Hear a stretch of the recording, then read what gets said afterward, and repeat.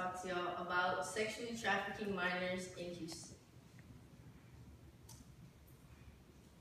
On March 12, 2014, four residents from Houston, were charged with the conspiracy to traffic minors.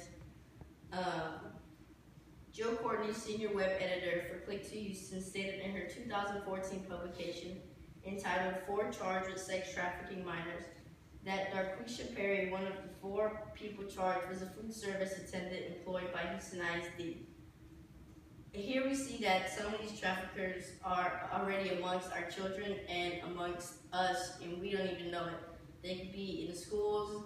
The girl that they found was being trafficked. They found her, she was 15 years old, and they found her in the hotel lobby. And then they later found out that one of the ladies that would take these girls to the hotel was actually in the HISD school system. And so they're all among us. Being born and raised Houstonian, it hurts me to know that my birthplace is affiliated with such a grotesque and inhumane trade such as sex trafficking minors. Sex trafficking of minors is a noteworthy problem in Houston. In this speech, I would like to talk about the significance, the harms, the inherency of sex trafficking minors in Houston. And then lastly, I want to offer a solution that I think could help with this problem.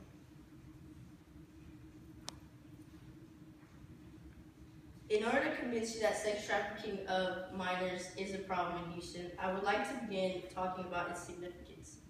The minors being sex trafficked are legal minors and illegal minors. The legal minors are mainly found by pimps and the people who sell and traffickers, because they're like kids who run away from home or kids who are in charge of like bringing the money to the house. And these people find them and they offer them a better future, and the kids go and they end up being trafficked. The United States Against Human Trafficking, a nonprofit organization whose mission is to end human trafficking, stated in their 2015 publication of What is Human Trafficking that traffickers offer fraudulent promises of employment, education, or a better life to control the victims. Illegal minors are also victims of sex trafficking in Houston, which is also a big problem because we're taking advantage of the fact that they're illegal and they can't really go for help because they could get sent back. The U.S. Attorney's Office Houston Division stated in their 2015 publication of Houston women convicted for sex trafficking of a minor 2-day bench trial that U.S. Attorney Kenneth Matheson announced on June 18, 2015, that Luisa Vargas, 53 years old, a legal permanent resident residing in Houston, of sex trafficking of a minor and conspiracy to harbor illegal aliens. Just because these children are illegal, that doesn't give us the right to sexually traffic them. And this woman was doing that with a little girl and her sister because it was like she was threatening to call immigration if she didn't do what they said.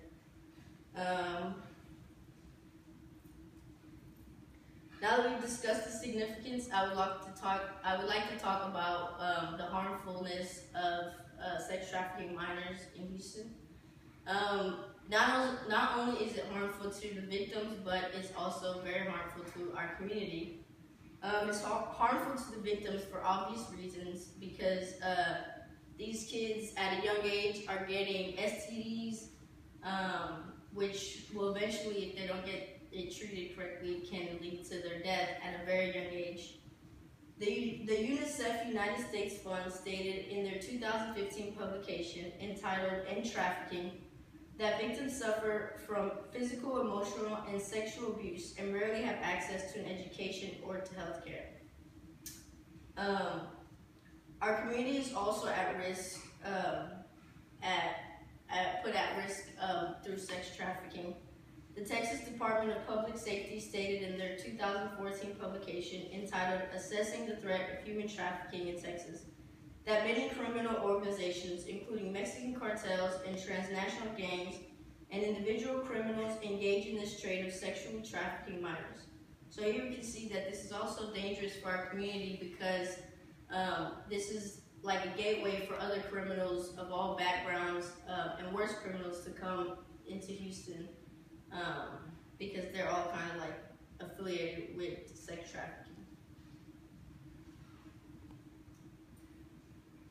Next, I would like to talk about the structural inherency of this problem, so laws and barriers that are keeping this problem from being solved. Texas has a strong anti-trafficking laws that are against prosecutors, but at the same time, those laws don't help completely the victims. Children at Risk, a nonpartisan research and advocacy organization dedicated to addressing the root cause of poor public policies affecting children, stated in their 2015 publication of Human Trafficking that in 2010, the Texas Supreme Court recognized that children cannot legally consent to sex. They held that children under the age of 14 cannot be charged with prostitution. However, this leaves the minors that are 14 to 18 unprotected, and they can still be charged for prostitution, even if it's not like they're wanting, it's the sex trafficker that's bringing them in, and the kid can still get in trouble for it.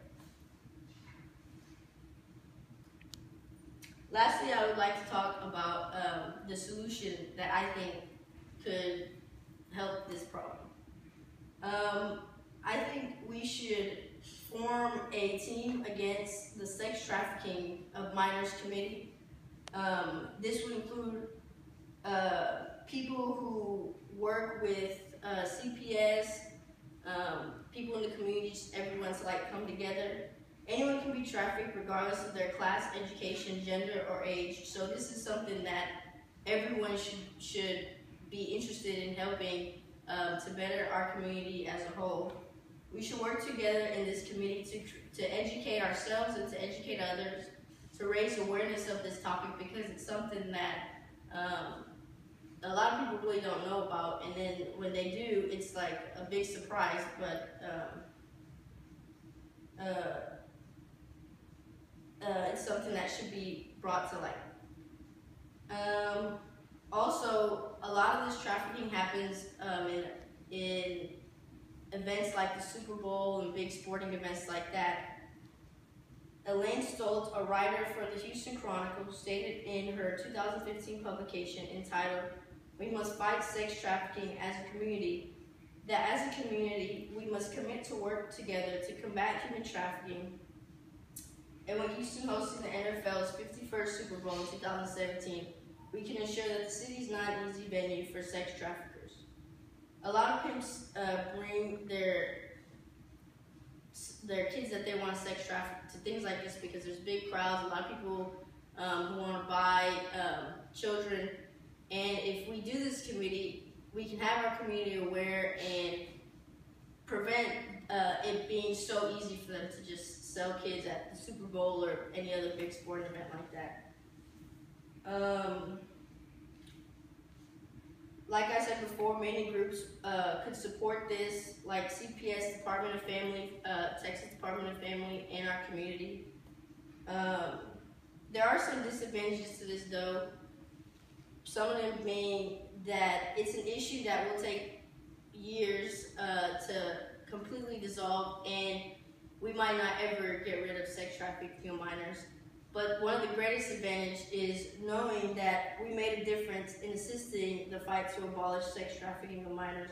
Even if it's a small difference, we're working to fight this bigger cause that maybe one day we can get rid of sex trafficking of minors in Houston. Now that we've gone through significance, inherency, and harms, and that I've stated one of my solutions, I would like to conclude with a few final thoughts. As Houstonians, it's our duty to make sure that our community is safe for our children. Sex trafficking of minors in Houston is a noteworthy problem that we must bring to light. I would like to invite you to join the fight against sex trafficking of minors in Houston. Save this number in your phone, 1-888-373-888. This is the number of the National Human Trafficking Resource Center. Let's be a voice for the voiceless. Thank you.